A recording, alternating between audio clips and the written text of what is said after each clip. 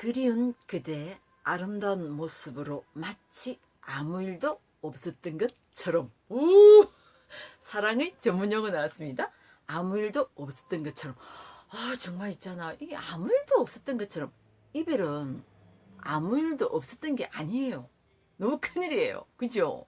근데 이게 아무 일도 없었던 것처럼 이렇게 이제 떠나갔다 막 이런 식으로 이야기하거든요. 그래서 이게 아무 일도 없었던 것처럼 이게 참 어떤 그 사랑의 슬픔이 있고 아픔이 있잖아요. 근데 사랑의 슬픔의 가장 정점이 있잖아요. 꼭점을 탁 찍고 내려온 것 같은 그런 느낌이 들어요.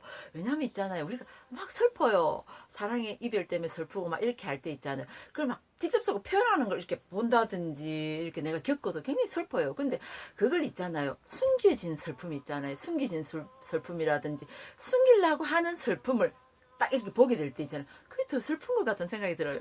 슬픔인데 슬픔이지 않은 것처럼, 이별인데 이별이지 않은 것처럼, 눈물이 나오는데 눈물이 안 나오는 것처럼 막 이렇게 감추려고 하는 거 있잖아요. 그걸 다 옆에서 본다든지 이럴 때 더 슬픈 것 같은 그런 생각이 들어요. 그러면서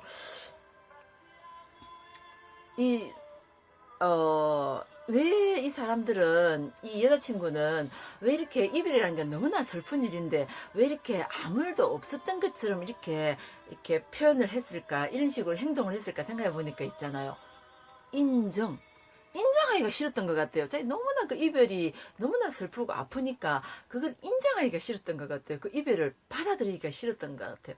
그래서 오히려 더 그 이별이 아닌 것처럼, 슬프지 않은 것처럼, 아무 일도 없었던 것처럼 막 이런 식으로 표현한 것 같아요. 그래서 이 우리가 이렇게 평화를 생각할 때 있잖아요. 평화를 생각하면은 이게 막 이렇게 전쟁이었고 막 비둘기가 날아다니고 막 이런 것도 정말 평화로워요. 그죠?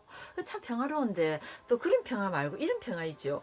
막 전쟁이 일어났어요. 막 폭탄이 떨어지고 막 총알이 막 날아들고 그래요. 근데 남매가 있어요. 나의 어린 남매가 있어요. 근데 엄마 아빠가 막 전쟁 중에 다 돌아가시고 막 행방불명이 되고 그랬어요. 그래서 두 명만 살아남았어요. 근데 어디로 가야 될지도 몰라요. 근데 아직도 저 멀리서 막 폭탄 떨어지는 소리가 막 들려요. 그래서 막 겁이 나고 막 두려움 속에서 평화라는 건 없는 그런 시간 속에서 이렇게 움막 같은 데 있잖아요. 머리만 이렇게 딱 숨길 수 있는, 어리니까 있잖아요. 머리라든지 얼굴만 숨기면 다 숨어진 줄 알아요. 맞잖아요. 그래서 이렇게 머리만 다 이렇게 숨겨 있는 이 움막 속에 둘이 다 이렇게 숨어 있어요. 근데 때가 돼가지고 있잖아요. 딱 먹어야 되는데 이제 먹을 게 없어요. 그래서 감자 하나 가지고 이렇게 나눠 먹어요. 그래서 누나가 동생을 먹여주고 동생도 막 이렇게 먹으면서 막 이렇게 먹는 그 시간 있죠. 그 짧은 시간이에요. 옆에서는, 저쪽에서는 아직 폭탄 막 떨어지는 소리 들려요. 그렇지만 그 남매가 이렇게 앉아가지고 음악 속에서 이렇게 머리를 숙이고 음악 속에서 이렇게 감자를 나눠 먹는 그 시간 있죠. 그 시간이 이제 평화를 상징할 수 있거든. 그 평화의 짧은 시간 있죠. 짧은 시간이었지만 그 평화를 누리는 그 시간 있죠. 그것처럼 그런 것 같아요. 이렇게 사랑에 굉장히 이렇게 슬픔이 많은데, 슬픔을 표현하는 게 많은데 슬픔이 아닌 것처럼 있잖아요. 막 슬픔을 억누르는 거지. 이별을 억누르는 거, 이별이 아닌 것처럼 이렇게 표현하는 게 참 슬픈 것 같은 이런 생각이 들었어요. 슬픔이 어떤 정점을 찍지 않았나. 슬픔을 인정하기 싫기 때문에 아닌 것처럼 하는 그 여자친구의 어떤 모습을 보면서 더 슬픈 것 같은 그런 생각이 들어요. 그러면서 이 여자친구가 이렇게 한 이유도 있잖아요. 슬픔을 너무 받아들이기 힘들고 그 슬픔을 인정하기 싫으니까, 만약 그 슬픔을 인정한다든지 그 이별을 인정해버리면 심각해지잖아요. 그게 돼서 그게 정당한 반응을 해야 될 것 같고, 또 너무나 심각해져야 될 것 같고, 너무나 그거 할 것 같고. 그러니까 이 여자친구도 그 이별을 해결하고 이별에게서 도망칠 수 있는 어떤 한 방법이 어떤 아무것도 아닌 것처럼 이런 식으로 표현하는 게 아니었나, 이런 생각이 들었어요. 이별을 이겨내기 위한, 어떻게 생각하면 또 다른 그 옛날의 어떤 그 사랑을 계속 유지하고 싶은 어떤 한 방법 중에 하나로 이별이 아닌 것처럼, 아무 일도 아닌 것처럼, 아무 일도 없었던 것처럼 이렇게 행동하지 않았나, 이런 생각이 들어요. 그러면서 있잖아요. 그 다음 가사에 보면 이런 게 나와요. 내가 알지 못하는 머나먼 그곳으로 떠나버린 후. 여자친구가 있잖아요. 자기가 알지 못하는 머나먼 곳을 떠나버렸다 가지고 이 남자친구가 참 섭섭하게 생각하고 있는 것 같아요. 그래서 내가 이렇게 전에 이야기했듯이 있잖아요. 이 안에 있잖아요. 이 범위 안에 이 여자친구가 떨어져 있으면 이쪽 편에 만약에 있으면 이 남자친구가 멀리 떨어져 있을 수도 있잖아요. 이 여자친구가 떨어져서 이렇게 흠칫흠칫 보면서도 있잖아요. 그 이별의 애도 기간을 충분히 바라볼 수 있어요. 그렇죠.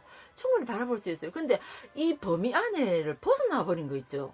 이별을 하는데 알지 못하는 곳으로 가버렸다는 게 뭐 예를 들면 뭐 트위터라든지 뭐 인스타그램이라든지 뭐 페이스북이라든지 그런 것조차도 할 수 없는 그런 것조차도 볼 수 없는 그런 범위를 벗어난 그런 이별을 내가 알 수 없는 범위를 벗어난 이별을 한 것 같아서 참 섭섭하게 이렇게 생각하는 것 같아요. 그래서 보면 이 사랑은 있잖아요. 그 사랑 안에는 뭐 기쁨도 있고 즐거움도 있고 이별도 있고 여러 가지가 있는데 그 사랑을 할 때는 자기 남자친구도 그렇고 여자친구도 주인공이 됐어요. 주체가 되었고 사랑의 주체가 되었고 사랑의 주인공이 되어서 이렇게 막 지내다가 이별을 할 때가 되고 이러니까 이 친구가 여자친구가 말도 없이 그냥 이렇게 탁 사라져 버리고 이러니까 알 수 없는 곳으로 가버리고 이러니까 그 이별에는 객체가 된 것 같은 기분이 있죠. 이별에는 그 주인공이 아니고 그 이제 객체가 되고 뭐 엑스트라 구경꾼처럼 이렇게 된 거 밀려난 것 같은 이런 기분이 드나 봐요. 그래서